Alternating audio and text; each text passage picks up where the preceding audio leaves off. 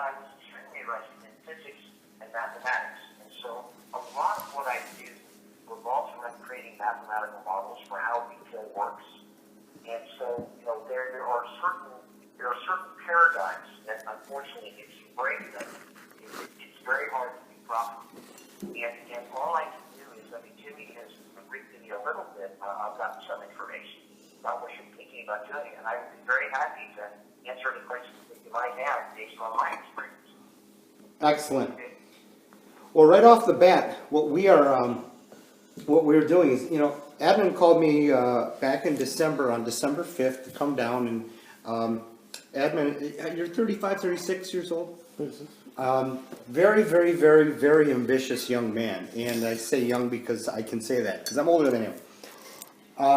But George, you and I talk over glasses of wine from time to time, and we actually chuckle at the people that are in this jewelry business that have no business being in this jewelry business. And there's one person in particular that you and I are thinking of right now.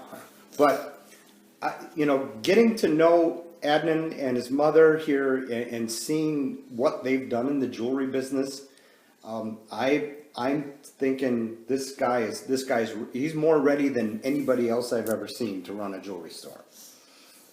He's got the ambition. He's got the sensibility about him.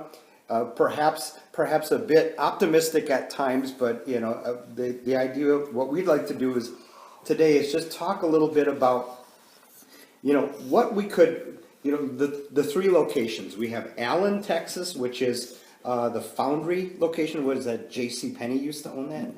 Okay. Yeah. And then that's about 4,500 square feet. 4914. Okay. We went to that location today. Very, very, very nice shopping district. Just all beautiful new stores and just tons of traffic. Then we have Frisco, which is huge, exactly the same. Just tons of stores, a successful mall across the street, and just, amazing retail. And I'm saying amazing from the standpoint of more amazing than I've seen in the Wisconsin area or even Tennessee, Sure. And Dallas is a wonderful market in a lot of ways. Yeah. It is just a fantastic place to operate. And then we have the Robbins Brothers location, and the pictures that I sent you. That location is literally 100 feet away from Robbins Brothers. It's right in the parking lot. That's right there, and it also happens to be next to probably the biggest shopping center in Dallas, which is the Galleria, right? And so, it just if you can just kind of help us think through expectations and. Based on the hundreds of stores you've been in and the thousands of people you've dealt with, what are your thoughts on a good decision for where to open this place? Well, Jimmy, one thing I can say, I literally just hung up from a 1-hour conference call with a gentleman and his general manager. He started a store in Indianapolis 12 years ago, and he literally put it within eyeshot of the two main players in his market. Actually, two of the three. The third is only about a half a mile away. And in 12 years, he has now built a business that last year exceeded $18 million in sales and over 4,000 engagement rooms.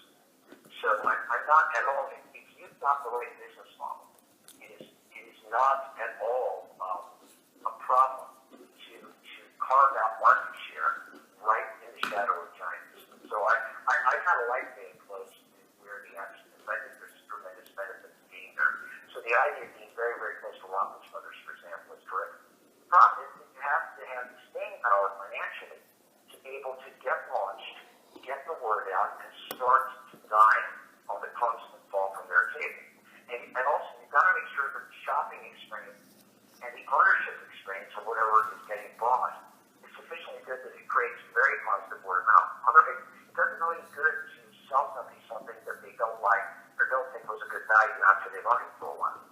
So you better make sure that what they're getting really does meet but not just their needs, but also their desires and expectations, if that makes sense. Mm-hmm. One of the problems with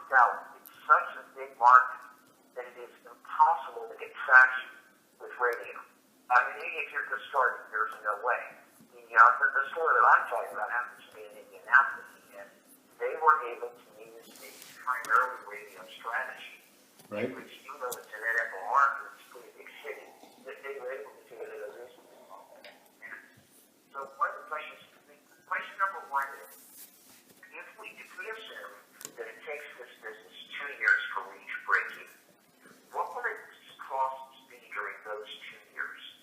And what is the depth of the financing capability so that we don't start a process here that can't live long enough to fruition? Does that make sense? Right. Yeah. Right. I mean, but then in a long-term sense, there are three numbers that you can pretty much rely on. But let's assume right now that the average inventory store is producing about a 45% gross margin.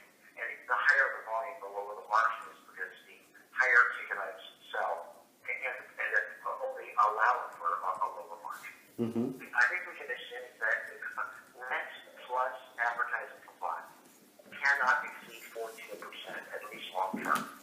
And payroll cannot exceed 20% long term.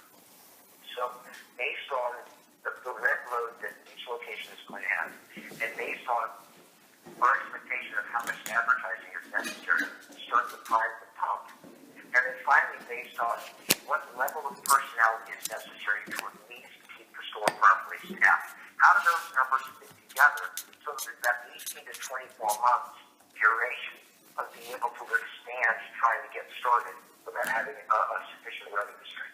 Mm-hmm. That would be one of the questions I would ask. Okay. Then the second is, if the business is going to be primarily bridal, then what would be the initial inventory costs? How much inventory does it take? One thing that we're certainly seeing in the marketplace increasingly is this reliance on alloys is allowing stores to have hundreds and even thousands of SKUs to try on at a very low stock-keeping cost because they're made of brass and glass. Mm-hmm. And so, the question becomes, is it possible to run out a store with a significant number of designer samples that a consumer can try on, Mm-hmm. so that the store doesn't bear this immense initial cost of inventory? Obviously, you better have diamonds, and you better have a bunch of them.